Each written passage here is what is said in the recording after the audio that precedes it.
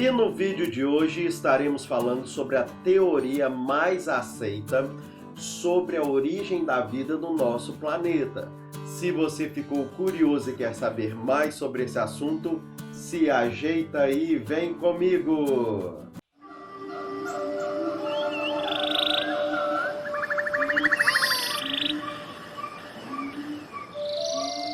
Seja bem-vindo ao canal Biologia e Tal. Eu me chamo Daniel Fernandes, sou fisioterapeuta e também professor de biologia.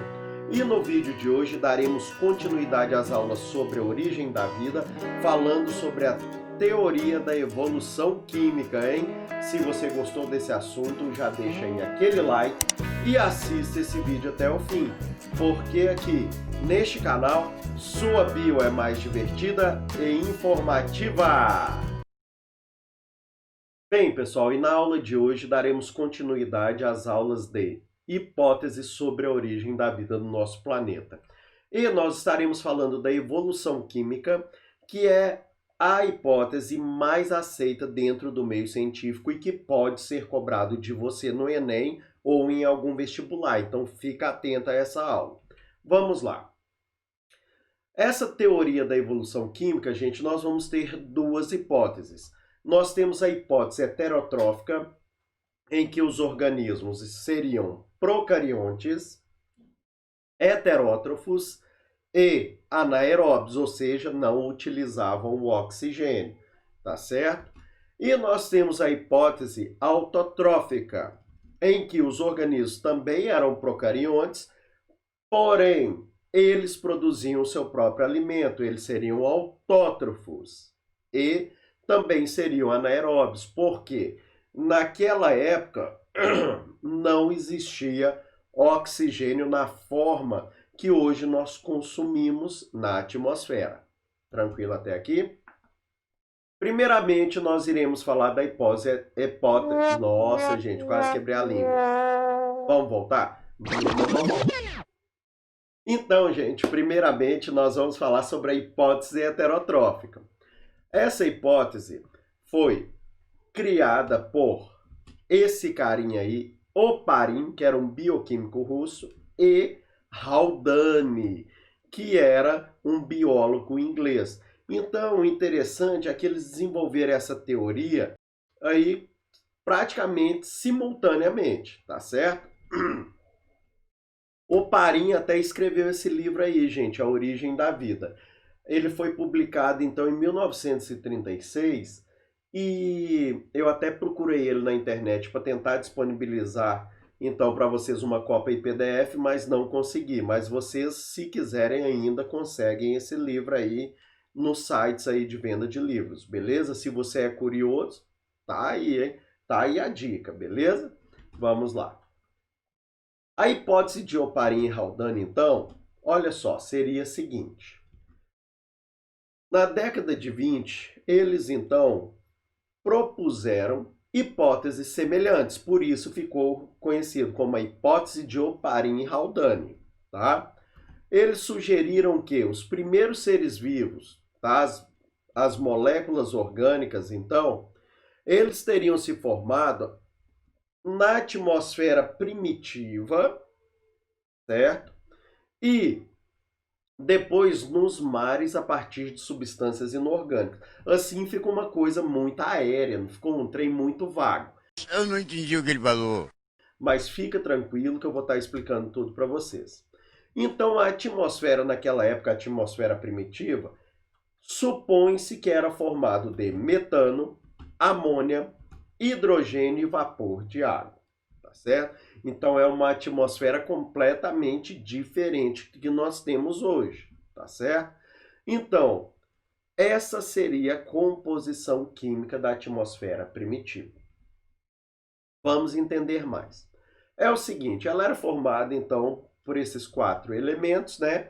E aconteciam chuvas constantes. Nós não tínhamos naquela época a atmosfera formada como ela é. Então a Terra era bombardeada pelos raios ultravioletas, né? Aqui era como se fosse uma panela de pressão muito quente, certo? Haviam chuvas constantes porque água evaporando o tempo todo, subindo, condensando, caindo, e isso daí, gente, aconteceu durante aí, ó, bilhões de anos para acontecer o resfriamento da Terra. Então eram chuvas constantes, várias descargas elétricas, né? E não existia a camada de ozônio. Então, como eu falei para vocês, nós não tínhamos a atmosfera como ela é formada hoje.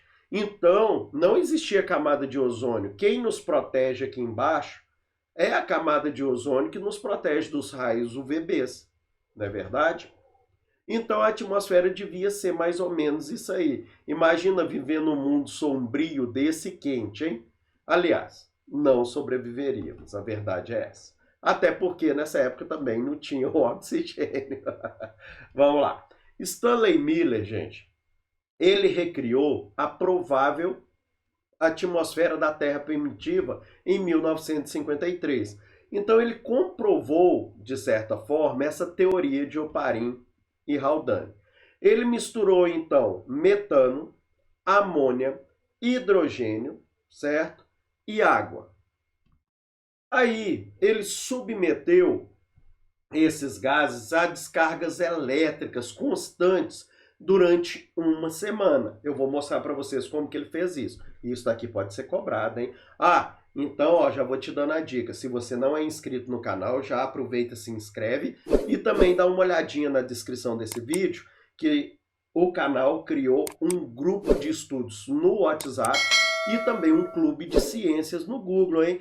E até uma sala de aula no Google Classroom. Então se inscreve aí nesses 3 links que estão aí na descrição, que lá toda semana você vai ter listas de exercícios que são corrigidos automaticamente, você vai fazendo aqui na telinha mesmo, tá? E depois você vai testando seus conhecimentos lá, combinado? Então beleza, ó, se você não é inscrito, aproveita aí, ó, já se inscreve para não perder nada disso. Vamos lá. E ele submeteu, então, esses gases a descargas elétricas durante uma semana e no líquido que ele coletou, ele encontrou aminoácidos, gente. Olha só, vamos lá, vamos entender isso aqui. Como que ele fez isso? Não sei. Ele construiu um aparelho que simulava essas condições da Terra primitiva e colocou os componentes dentro dele, tá? Então, olha só. Ele fez um circuito fechado. Nesse circuito, ele colocou uma válvula por onde a mistura de gases era introduzida no sistema, tá certo? Esses gases, eles circulariam aí dentro e passariam pelas descargas elétricas, que estão ali do outro lado, do lado direito. Quando esses gases desciam mais, tá vendo que existe aí uma conexão nessa região aqui, no tubo que está descendo? Aqui ele colocou água fria circulando para que o vapor que passasse por aqui condensasse. E aqui embaixo ele colocou uma válvula para coletar. Aqui o que ele fez? Ele colocou um instrumento que aquecia a água. Olha da onde que saiu o vapor d'água. Então o vapor d'água saía daqui, misturava com os gases, passava por essa parte aqui de cima, tinha essas descargas elétricas, quando chegava nessa região era resfriado, se condensava e acumulava aqui. E aqui, através de uma válvula, ele tirava essa água e fazia ali, né, os testes que ele queria, tá certo? Olha aí a atmosfera primitiva. Ok? Vamos lá. Então, olha aí, aquecimento da água, etapa 1. Depois nós temos a etapa 2, então a água fervendo, eliminando o vapor. Vocês vão sair daqui sabendo tudo, porque eu gosto de repetir para você fixar, hein? Olha só, aqui em cima, então, a entrada da mistura dos gases, então, o metano, a amônia e o hidrogênio, né? No 3, ele teria, então, as descargas elétricas, aqui ó, embaixo, né? Entrando em contato com esses gases, né? O 4, aí, a mistura de gases, então, da atmosfera estaria aí, recebendo essas descargas. O 5 seria a condensação do vapor de água e dos gases, e o 6 seria o frasco com as amostras, então, para ele analisar. Olha que interessante, gente. Você imagina, naquela época, 1953, com a tecnologia que existia, o cara pensar nisso e criar isso. Ou eu falo que os cientistas antigos, os caras eram top demais, porque, sou fã desses caras, sem tecnologia nenhuma, os caras fizeram e marcaram a história, não é verdade? Então fica ligado nesse experimento que isso pode ser cobrado de você, hein? E vou deixar exercício lá no Google Classroom para você tá lá, ó, resolvendo e vendo se você realmente conseguiu entender isso aqui, hein? Não só isso, mas toda essa matéria da aula de hoje, combinado? Vamos lá. Então, gente, é o seguinte. Veio outro carinha, outro cientista, olha aí, esse daí viveu até 1998, né? Então, veio próximo da gente aqui. Em 1957, 4 anos depois, o que esse cara fez? Ele pegou uma mistura de aminoácidos e aqueceu eles por um longo período de tempo. Esses aminoácidos começaram a reagir entre si, formando cadeias peptídicas, certo? Com o aparecimento, então, de pequenas moléculas de proteína. Hoje nós sabemos que para a gente considerar uma cadeia polipeptídica como proteína, nós precisamos de ter mais de 70 aminoácidos, não é isso? Pelo menos 69 ligações covalentes e um peso específico. Se você não sabe disso, vou estar deixando aqui o link para você estar assistindo a aula de proteínas, combinado? Tranquilo? Se você tiver qualquer dúvida, deixa aí nos comentários. Vamos lá. Então, gente, essas proteínas, quando elas eram aquecidas em solução aquosa, elas se uniam espontaneamente e formavam as famosas microsferas. Olha aí, a imagem de um microscópio, então, dessas microsferas formadas. Tranquilo até aqui? Vamos entender mais esse experimento. Então, gente, essas microsferas seriam separadas por uma membrana de água. Olha que interessante. Então, elas iam se reunindo, tal, iam se acumulando, formando outras proteínas. Deixando bem claro, isso não é um ser vivo. Isso é proteína, tá? Então, essas duas experiências comprovaram que a teoria de Oparin e Haldane realmente poderiam estar corretas, tá? Olha aí, nós temos uma partícula de proteína, forma-se uma camada de água em volta dela, nós chamamos isso aí de colóide. E vários colóides se reuniriam e formariam o coacervado. Então, isso é a teoria do coacervado, gente. Nós vamos estar falando dela daqui a pouco novamente. Mas olha só, presta atenção. Formou-se, então, aí várias proteínas se uniram e formaram uma cadeia maior. E isso daí nós chamamos de coacervado. Até aqui tá tranquilo, né? Vamos lá. Um esqueminha, então, da hipótese de Oparin e Haldane. Atmosfera primitiva, como nós sabemos, né? Metano, amônia, vapor d'água e hidrogênio. Tá tudo aí, ó. O que aconteceu? Aconteceu que aquele monte de descarga elétrica, aquela coiseira e tal, começou a se formar algumas pequenas cadeias aí nos mares primitivos. Dá uma olhadinha aí para você ver.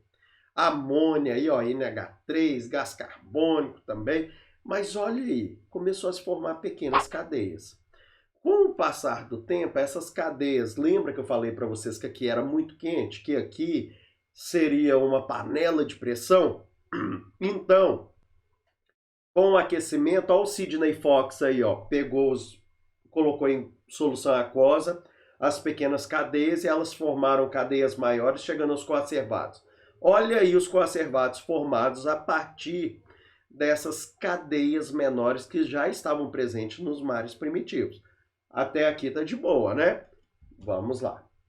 Então vamos entender melhor essa questão de coacervado, tá?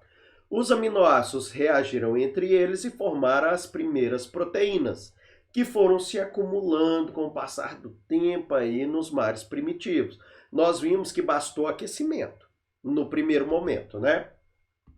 Então, gente, as primeiras formas de vida se formariam nesses mares primitivos que nós chamamos de sopa, tá? Sopa orgânica, caldo orgânico. Então, olha só. Então, as primeiras formas de vida surgiriam nesta sopa de proteínas resultantes de complexas reações químicas e não podemos esquecer da radiação dos raios ultravioletas.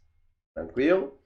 Então, gente, essas moléculas proteicas existentes na água foram se agregando e tal até formar os coacervatos, que seriam complexos de proteína envoltos por uma película, tá? Película de quê? De água, tá? Essas estruturas, gente, não eram seres vivos. Olha aí, bem claro. Mas elas tiveram a capacidade de se unir, tá? Formando outro coacervato mais complexo.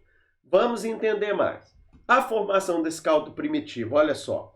Nós tínhamos intensa atividade vulcânica, radiação cósmica, aquele bombardeio aqui, né? E com isso começou a formar, então, essas cadeias nesses mares primitivos. Beleza? Então começou a se formar esse caldo nutritivo. E com o passar do tempo, através continuamente essas radiações e tal, começou-se a se formar as primeiras moléculas orgânicas mais complexas nesse caldo. Tranquilo? Olha aí, nós temos novamente aquela imagem mostrando que a partícula de proteína, depois ela envolta por uma camada de água, nós chamamos isso de colóide. E os colóides reunidos formando coacervato. Tranquilo? Vamos lá. Olha só essa hipótese da evolução gradual. Nós temos componentes da atmosfera, o Sol ali, né? As fortes descargas elétricas também que aconteciam ali, as chuvas constantes, os raios ultravioletas, tudo isso ali entrando em reação e tal, e o bicho pegando. Então, olha só, as moléculas orgânicas simples na atmosfera são arrastadas pelas chuvas para a superfície da Terra. Os mares aqui, na verdade, eram água fervendo, né? Então, o calor formou essas moléculas orgânicas, certo? Mais complexas. Uma alteração de acidez no meio, aí propiciou os aglomerados proteicos, que são os coacervatos. E aí aconteceram mais reações químicas e tal, e com o passar do tempo surgiram os primeiros seres vivos. Olha só, às vezes é meio difícil de engolir algumas teorias, né, gente? Mas é isso aqui que é aceito, e lá vem a pergunta para o professor. Por que eu tenho que saber isso? Porque você tem que passar no Enem, meu amigo. Você tem que saber isso para você passar no vestibular, entendeu? Vamos lá. Depois, gente, vem mais outro carinha, Melvin Calvin. Olha só. Ele também fez experimentos semelhantes aos de Miller. Lembra? O de Miller, ele deu descarga elétrica, não foi? Agora, olha só o que esse cara fez. Ele bombardeou os gases da atmosfera primitiva com radiação, não com eletricidade. E ele obteve compostos orgânicos do tipo carboidratos. Então, olha aí, gente. Naquela época, nós tínhamos tantas descargas elétricas quanto essas radiações. E os dois fizeram e os dois conseguiram, então, comprovar que realmente teria possibilidade de criação de compostos orgânicos. Esses caras eram muito top. Vamos lá.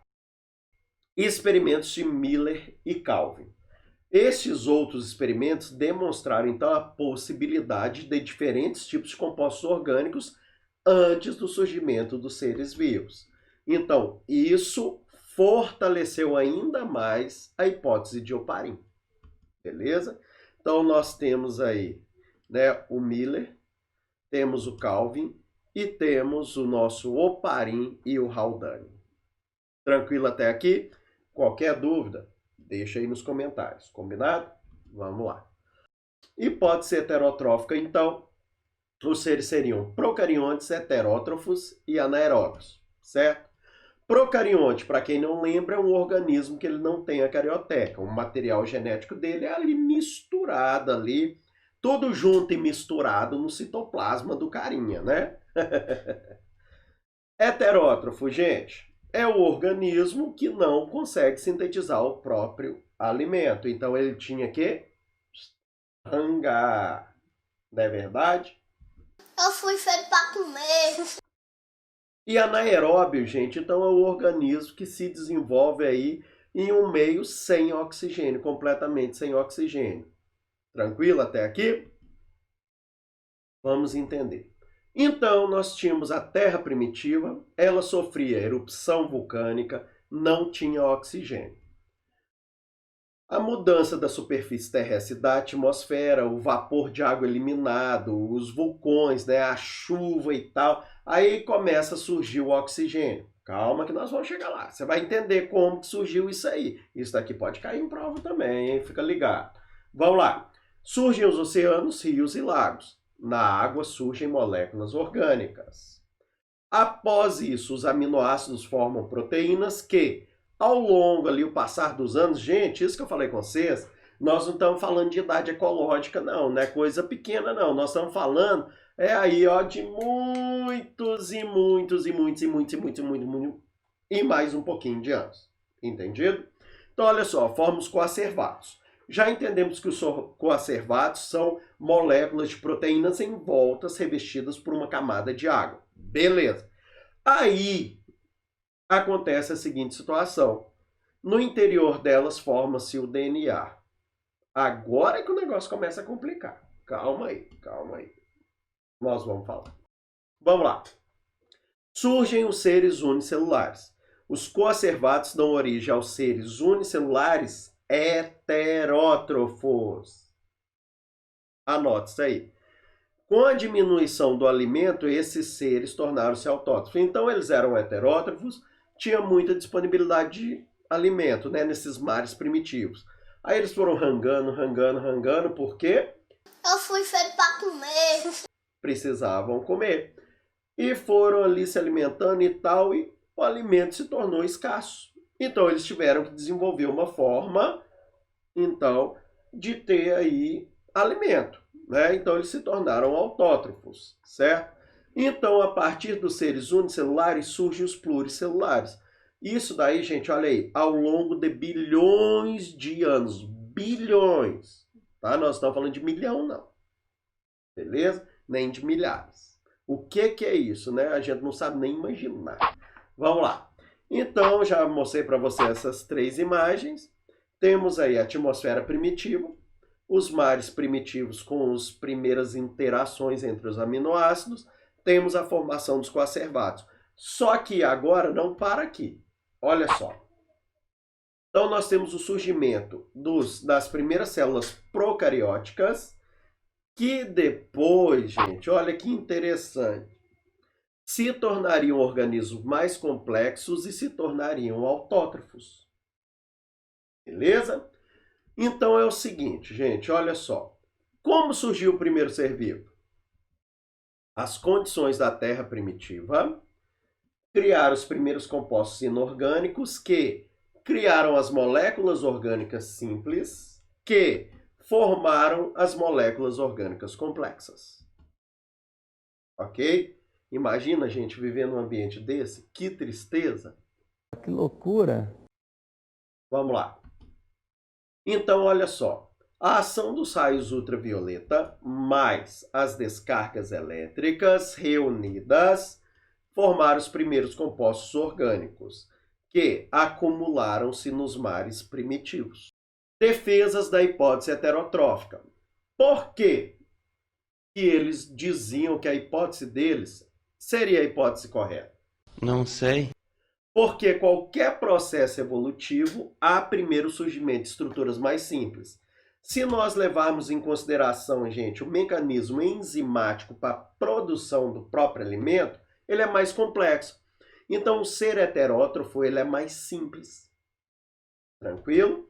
E, com base nesse raciocínio, é mais lógico admitir que os primeiros seres vivos seriam dotados de mecanismos enzimáticos mais simples.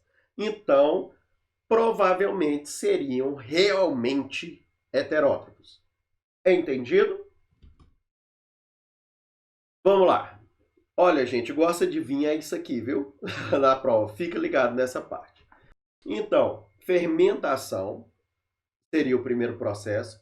Depois, a fotossíntese, surgimento, então, do oxigênio. E a próxima etapa seria os seres vivos com respiração aeróbica.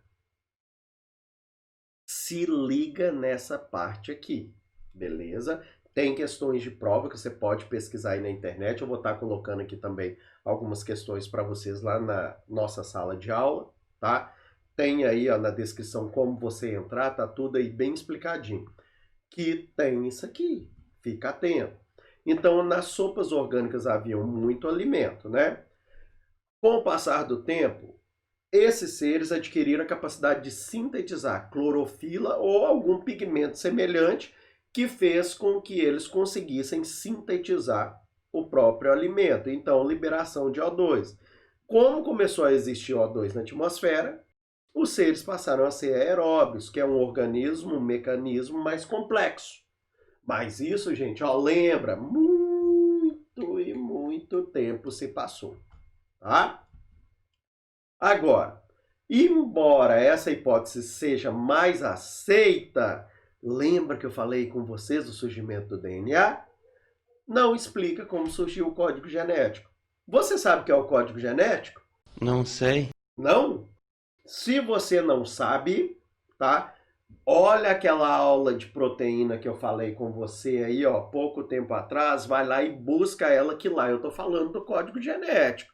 Tô te explicando o que é o código genético nessa aula, beleza? Vamos lá. Não consegue explicar então como surgiu esse código, nem como as moléculas de ácido nucleico assumiram o controle da síntese proteica. Ok? Então, o surgimento do código genético continua sendo um mistério.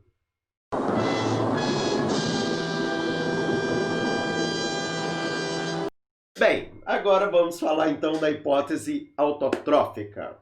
Nessa hipótese aqui, gente, eles sugerem o seguinte, que os primeiros seres vivos seriam procariontes, ou seja, não tem então ali a carioteca delimitando o núcleo, né? Seriam autótrofos, vocês sintetizariam o próprio alimento e seriam anaeróbios, não precisariam do oxigênio. Tranquilo? Vamos entender. Nessa hipótese aqui, então, os seres teriam a capacidade de produzir seu próprio alimento. O resto é igual à hipótese anterior que nós falamos. Então, de acordo com o processo utilizado para fabricar o alimento, nós podemos classificar esses seres como quimiosintetizantes ou fotossintetizantes. Você sabia disso? Se não sabe, aqui no canal também tem uma aula de metabolismo energético, hein? Vou deixar aqui o link. Combinado? Vamos lá. Então, essa hipótese sugere o quê? Presta atenção. Olha só. Que eles seriam que os autótrofos quimiosintetizantes são aqueles que utilizam matéria inorgânica, gás carbônico e água. Então, é energia de oxidação, tá? Que eu estou falando nessa aula, que eu deixei o link aí. Esse processo, gente, é a oxidação de substâncias orgânicas para ter energia, tá certo? Para poder, então, sintetizar aí seus alimentos. Algumas espécies de bactérias e arqueobactérias utilizam a quimiossíntese. Agora, gente, eu também tenho alguns indivíduos que utilizam a fotossíntese, nós sabemos, né? Então, plantas realizam a fotossíntese, temos alguns organismos, algas, que realizam fotossíntese. Tranquilo? Que é o quê? Utiliza a energia luminosa do sol para a síntese de matéria orgânica. Beleza? Isso daí tá lá na aula. Então, ó, entendam. De acordo com essa hipótese, os primeiros seres seriam quimiosintetizantes. Viu?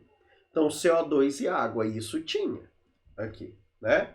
Então, eles realizariam o processo de fermentação para ter energia, né? E Depois teria havido a evolução para a fotossíntese.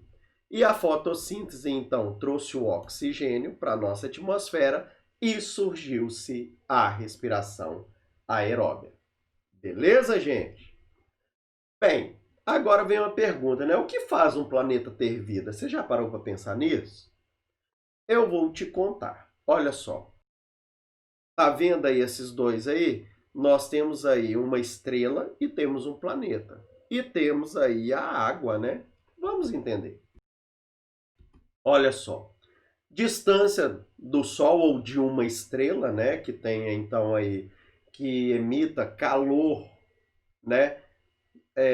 Suficiente, né? Existência de atmosfera para não deixar os raios, então, que são perigosos para os seres vivos ultrapassar, né, e acabar dando problemas. Então, a temperatura é um dos fatores. E essa temperatura também, nós temos que lembrar que não é só ela, tem que ter água no estado líquido, beleza? Então, com esses fatores, nós temos o aparecimento e manutenção da vida. Gente, bem claro, vida como nós conhecemos, tá? Se existe vida em outro planeta, como nós falamos nas teorias aí passadas, né, nós não podemos afirmar. Existem aí milhões de galáxias? Existem, tá? Lá tem vida? Não sei, cara. Como nós conhecemos? Não sei te falar, meu amigo. Tá? Agora, pode haver? Pode. Na forma como nós conhecemos, nós precisamos desses fatores aqui. Beleza? Qualquer dúvida é só deixar aí nos comentários. Então, se você gostou mesmo dessa aula, deixa aí aquele like, se inscreva no canal e ative o sininho para estar recebendo todas as notificações. Toda semana eu tenho continuidade dessas aulas e exercícios para vocês estarem realizando após as videoaulas. Beleza? Obrigado a você que assistiu esse vídeo até o fim. Um grande abraço a todos, fiquem com Deus e até a próxima!